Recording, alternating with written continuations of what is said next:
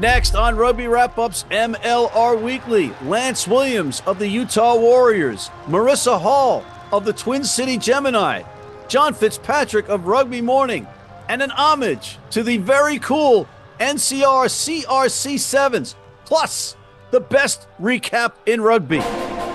Rugby Wrap-Up's MLR Weekly brought to you by Sheehy Auto Stores. It's easy at Sheehy. The Pig and Whistle, New York City, the world's best rugby pub. And Lean and Limber, stretching your way to a healthier lifestyle.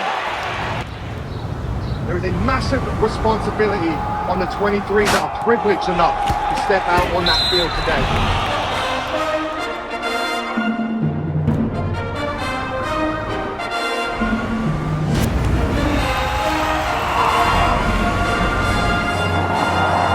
Let's get it started with rugby's best recap. In Los Angeles, the Cali Cup combatants just so happen to be from Cali.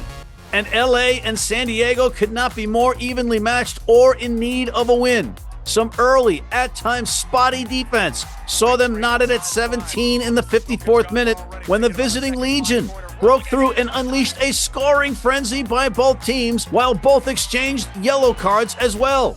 A missed conversion by Reese McDonald in the 78th minute proved to be the difference maker as San Diego got off their four-game schneid. That's a losing streak, folks. 38-36. Down in Houston, the SaberCats and Old Glory looked to be in for a tight, physical battle as the visitors led 10-3 in the 17th minute. But porous defense and unforced errors, which have plagued DC, and some sensational H-Town offense, saw the Cats ruthlessly claw for the ball and the try zone as they purred to a dominating win over up and down Old Glory, 48-27. In Harriman, Utah, despite a red card to Nate Augsburger in the 17th minute, Chicago actually led 31-12 in the 45th minute. But these are Warriors, and Utah, bolstered by Angus McClellan's 100th cap, Lance Williams returned, and Joey Mano, coming back from an earlier HIA for 2 tries and a hat trick, came roaring back to stun the Hounds 41-31. At the Gold Mine on Airline, NOLA hosted Seattle, who had played on Wednesday. Despite the 3 days short rest, however, the visitors led 7-3, but took 2 yellow cards, allowing New Orleans to strike gold twice. The naughty Seawolves swam into more trouble, getting a 3rd yellow to go down to 13 men again. NOLA scored 24 unanswered first-half points before J.P. Smith got Seattle's second try. The teams combined for 7 second-half tries, but NOLA kept the battle-fatigued Seawolves at bay, winning the Tri-Fest 44-36. At Baptist Health Community Field, Marcus Young, Thomas Kubija, and Martin Elias combined for 10 turnovers. Yet, it mattered little as Miami continued their renaissance at the expense of the still winless Anthem. 4 different Sharks scored tries, including Pumas legend Tomas Kubeli, against an Anthem team that should not be expected to play rugby games on short rest when they can't win on full rest. Final score, 31-5 Miami. Woo! Let's take a break. How about a coffee break with Rugby Morning's John Fitzpatrick calling in from the nation's capital. John, hello, how are you? Good to see you again. What do you have for us today? Yeah, Matt, it was a triple play weekend for me. I got to see you and hear you at the Collegiate Rugby Championships. We had some amazing MLR action over the weekend, and the Washington Nationals pulled off a triple play to win the series against the New York Mets. How about that? No, they didn't.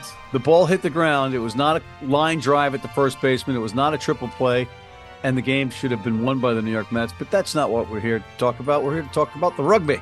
So take us back to the rugby and the MLR. Yeah, absolutely, Matt. How about potentially a wrong call here? And I got to ask you this. Your boy Joey Mano had Speaking of wrong calls, go ahead. Joey Mano had a hat trick. He had to take the series win away from the Nationals. Joey Mano had a hat trick over the weekend, yet he's not a part of that wider selection pool for the USA Men's Eagles. Matt, you're a New York guy. I'm going to borrow a phrase from one of your guys. What is the deal with that? Who was that? Mickey Mouse or somebody? I don't know if he's my guy. I don't know what the hell that was. Jerry Seinfeld, man. That was not Jerry Seinfeld. That wasn't even remotely close. But you're from D.C., so I guess that might work down there. I'm from Maryland, actually. Thank you. Whatever. It's even worse. Joey Mano should be on the Eagles roster, as far as I know. But I don't know the inner workings or whatever. But if I got a prolific scorer who's not a window on defense either, I put him in the lineup. But what do I know? Next. Sounds good. Hey, Matt, a couple of weeks ago, you and others were counting NOLA gold, writing them off, saying they're done for. I never once said they were done. Johnny, go back and show the tape. No, don't, Johnny, and stop giving Johnny direction. I just want a producer credit on the show, and I don't get one. Anyway, the point here is, Matt, if you look at the standings over the last couple of weeks, right, a lot of people were writing off Miami and NOLA after some subpar performances. But, man, look at it right now. NOLA Gold now in third place. Miami in fourth. Old Glory DC now in fifth. Just a couple of points back here. It's going to be an exciting final 6 weeks here. But no one's out of this thing yet, and that's just the Eastern Conference. The Western Conference is even crazier. Practically everyone is in this playoff chase. It's the wild, wacky, crazy, topsy-turvy, upside-down world of Major League Rugby. That's what it is. John, what do you got? A closing thought for us before we let you go? Yeah, I know I just mentioned it at the beginning of the show, but the Collegiate Rugby Championship this weekend, where I did see and hear you, was a fantastic showcase for college rugby. Great action both on the men's and women's side. 10 fields going on, drinks flowing, everyone having fun. Great live show. Really a great showcase for college rugby, and hopefully they invite you back next year. I don't know, Matt. Well, I made a number of gaffes in the booth. You know, when you don't switch the papers at halftime and you're reading off the wrong name, that gets a little tricky. But no, in all seriousness, it was a spectacular event. It was something that everybody will come back to. And you're indoctrinating new fans in the way of families, like parents and brothers and sisters, into the game of rugby. All right, well, we're done with you for now, but thank you, John. We appreciate it.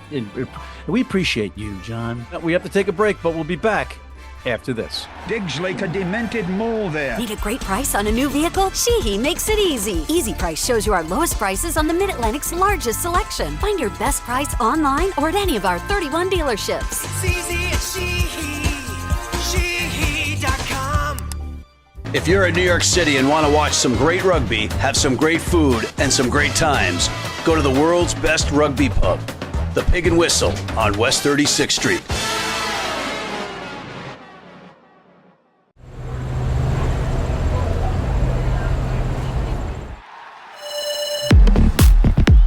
And we are back with Mr. Lance Williams, a warrior amongst warriors, playing for the Warriors. Lance, welcome back to MLR Weekly. Thank you, Matty. Thank you for having me, brother. Appreciate you. Good to see you guys. Likewise. So, yes, sir. It's been a while. It was September of 2022, the last time you were on. Yeah. And you're coming off a season where you were named All MLR Team. And then there was this thing called the Eagles, because you hadn't been on the Eagles at that point, despite the fact that you were one of the best flankers in the league for a number of years running. There was no call, and we were all figuring he's going to get a call from the 15s program, and it came, but it wasn't the 15s program. It was the 7s program. Walk us through that. Yeah.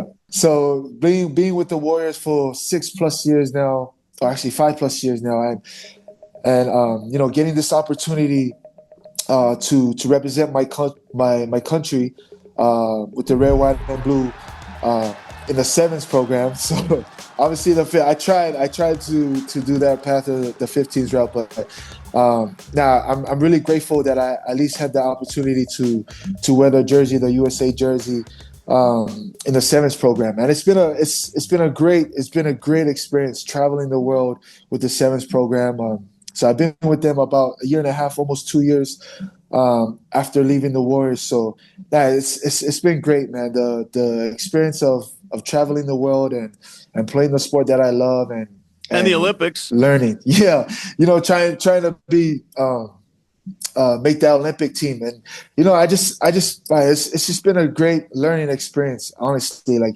I met guys like Perry Baker, Kayvon Williams, Naima Fulao, all those guys that I learned the game so much with under Mike Friday's staff. Yeah. Well, I got to tell you, your journey also includes the D1 football with Hawaii as an outside linebacker, right?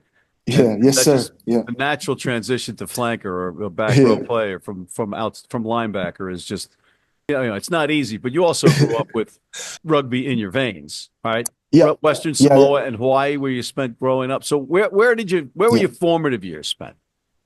Yeah, so born and raised in Hawaii, raised in a little bit in Western Samoa. Oldest of 4, but just me and my second oldest. We was raised with our grandparents in Western Samoa, so we lived there about 6 to 5 years with Grandpa and Grandma. But unfortunately, Grandpa got sick, and unfortunately, they didn't have the good resources to help him get better. So the doctors told us, like, if there's any family members that that are around that could take care of him and stuff like that. So Grandma pulled the trigger and said, "Oh, no, we'll move back to Hawaii, where Mom and Dad was, and all his kids." So Grandpa and Grandma's kids was all in Hawaii. So we all moved back to Hawaii. Better resources there, like the hospitals and medicines. Everything was good for him. So he got better in Hawaii as we moved back to Hawaii. And so I picked up football there, played basketball a little bit. I had fun playing basketball growing up as a young child, and honored and blessed to get a scholarship at the University of Hawaii to play football. Now, but it's good. Now that was the ticket to trying to get off of the island and stuff like that. But obviously, like 2%, only 2% of guys could get drafted, as they say in the NFL. So I didn't really get the opportunity, and I got my opportunity to play in the CFL with the British Columbia, the BC Lions there in Vancouver. So. What a life. Yeah, what a life, man. And I'm telling you, you travel the world and you experience a lot of things. So, and then you picked up that thing called rugby again. Yeah.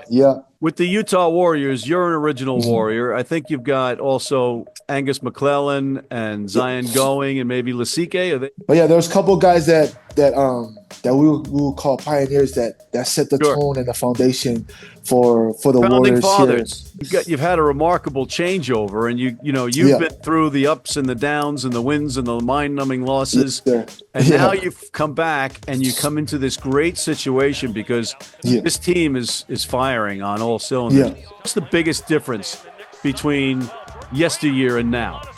I just want to say, like, the leadership around here with these guys like Jolie, Gav, guys that brought, I know they're international players, but they're great leaders, and finding those great leaders as an international player, like the guys care so much. They care so much about the team and what we went through, and they've seen the development here. And it's not only that, but I want to give credit to the guys behind the scenes, like with this. I don't know if you heard about our new facility here, but I've seen it. Yeah. I've seen it, not person, but I've seen it on film. Yeah. So like that also helps, and gives us a home where we can call home and stuff like that, and like give us the resources that we finally thought of, and I just want to thank the guys behind the scenes to make this happen, to give us a home where we can call, Warriors HQ. We can come, be ourselves, and like we're great leaders, and just help us become better players. You're coming back, and you're walking into some excellent players that get around the pitch. You're between you're alongside two tackling machines in Lahore and Nell. How does that help you with your game? It helps a big time, but it's like when I talked to Wayne and Coops there when I was coming in, man, I didn't want to change nothing. I just wanted to come in, put my head down, and go to work. I didn't want nobody else to think, oh, this guy just coming off of the street, joining the team whenever he wants and stuff like that. But I didn't want to. I didn't want to give that attitude where, like, flex my chest and I'm the man around here. Like, nah, that's just not me. That's not my character.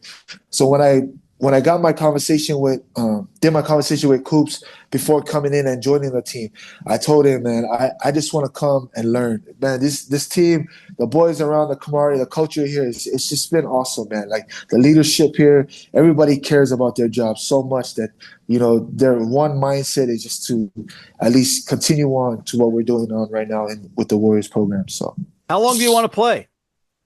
Oh, nah.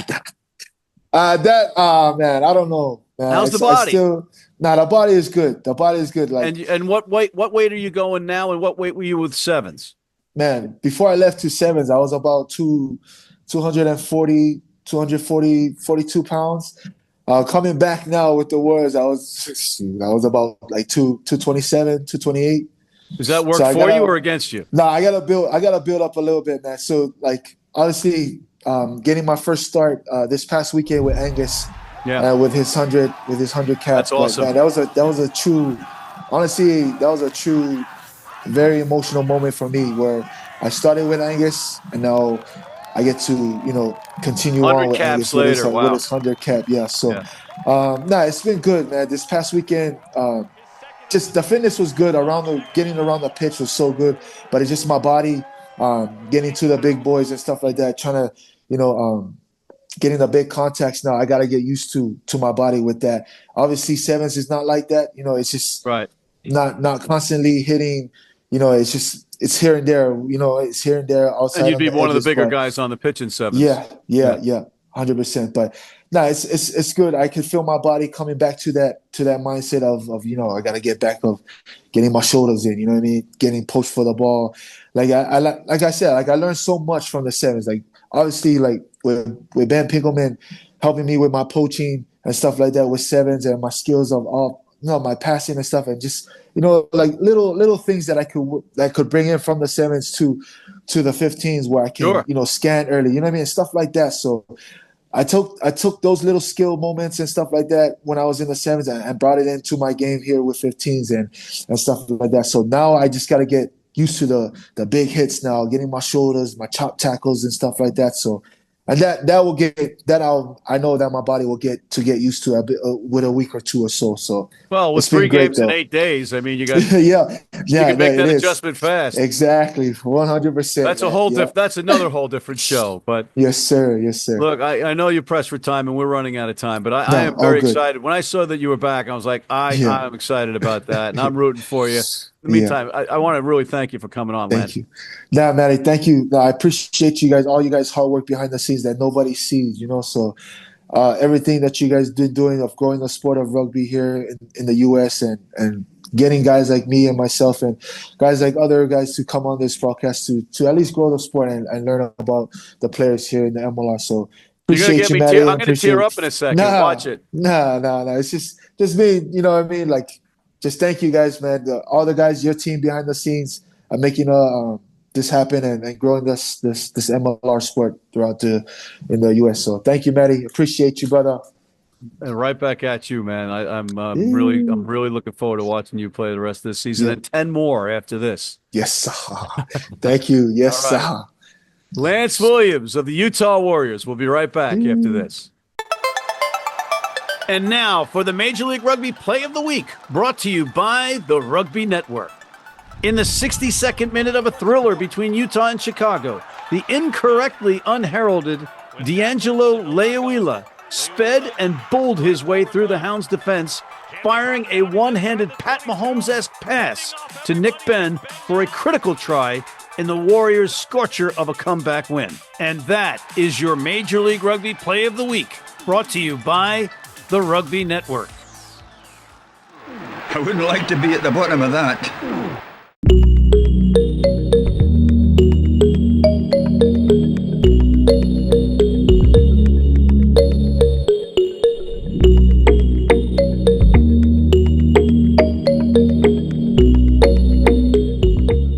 You need your cleats? You need them tomorrow? If you order today by 3 p.m. New York time or noon LA time, they can have them to you tomorrow.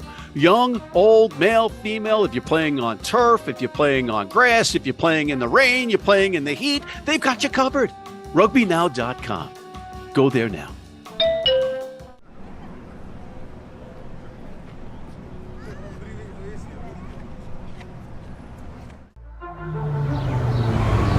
Here's your TRO, the Rugby Odds MLR picks of the week via WWE Hall of Famer turned rugby advocate John Bradshaw Layfield, legendary USA Olympic Sevens coach Mike Friday, and King Gifte Belu, inventor of words. I fear for DC this week after playing on short rest.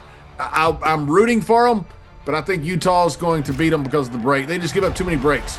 Chicago will bounce back from the loss from last week against this Miami team to be able to continue on and keep their heading ways. Jed Melvin and his boys, New England over Houston, they'll win and they'll cover. They're decent at home and they're a handful. And hey, be sure to check out the Rugby Odds, the critically acclaimed sports entertainment show featuring big-name talent, exclusive highlights, insightful opinions, and irreverent, if not downright naughty, behavior.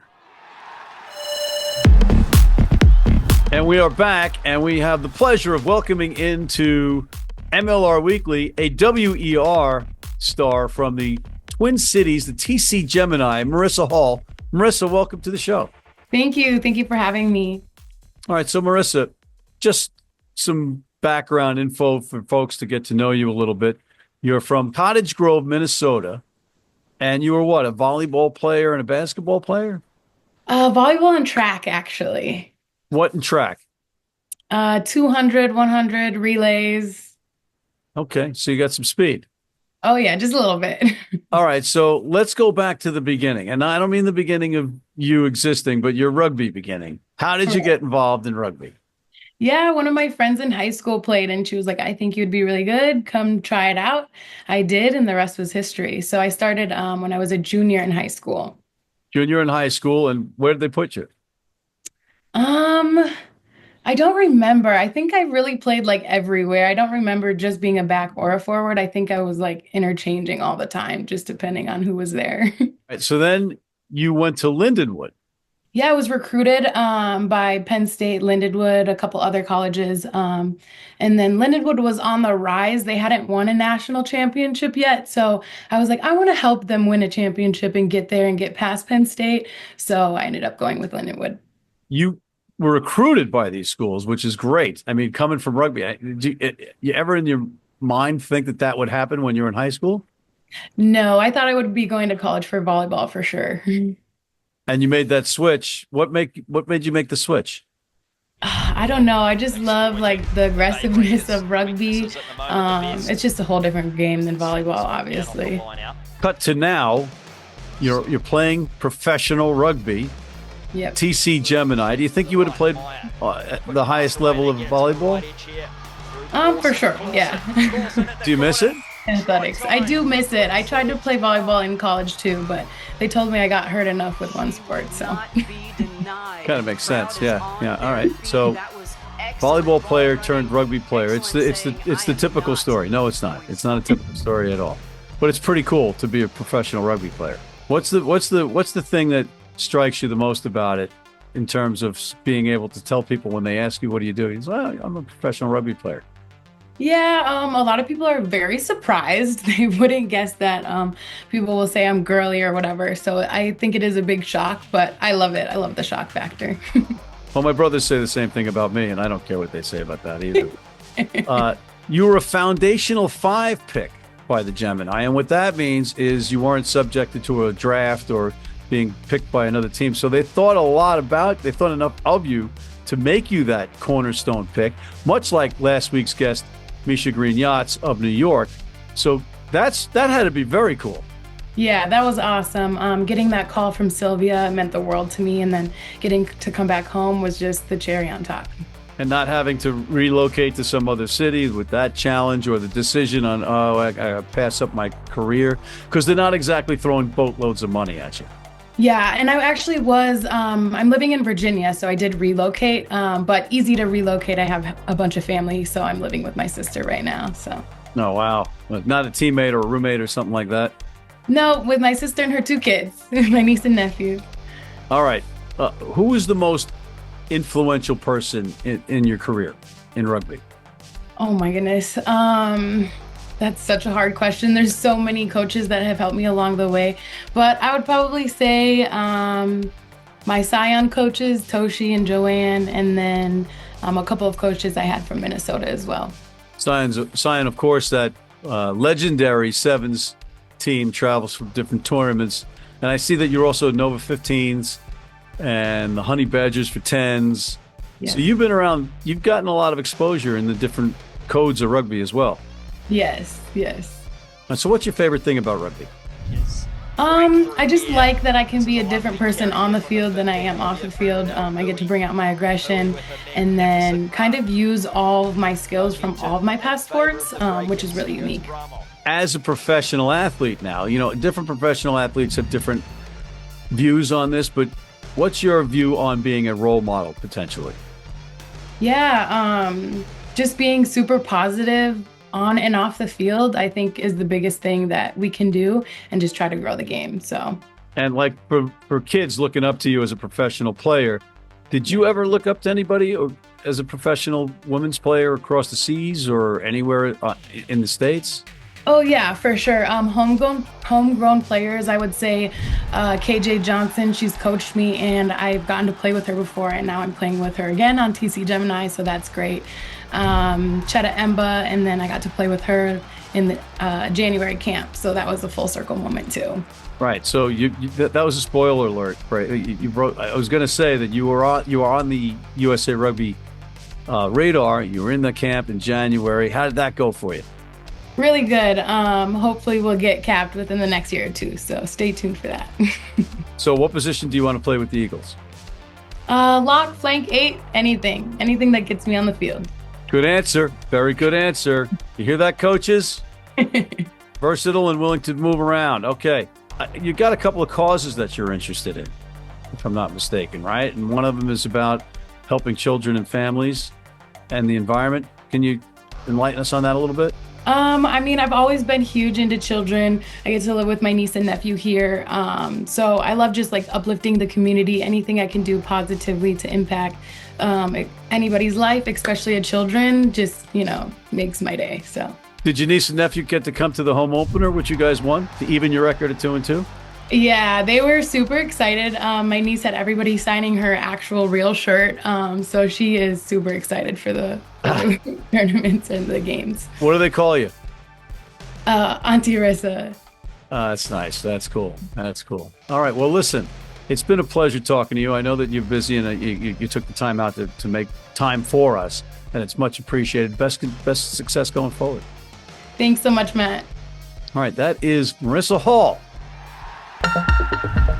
Normally with Bryan Ray of America's Rugby News at this time, but he's got something called a day job, and it's a rather important election in Canada that he is working around the clock on. So we'll take this opportunity to take a look back at the magnificent National Collegiate Rugby CRC's very cool event, and kudos to National Collegiate Rugby for pulling off this CRC Sevens and making it into an event that fans thoroughly enjoyed. Everybody that was there will want to go next year.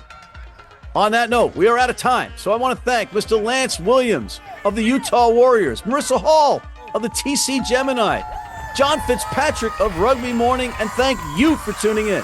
Please check out the critically acclaimed The Rugby Odds. Hit that subscribe button on YouTube. Sign up for our weekly newsletter. Tell your friends about us. And please join our American Red Cross blood donor team.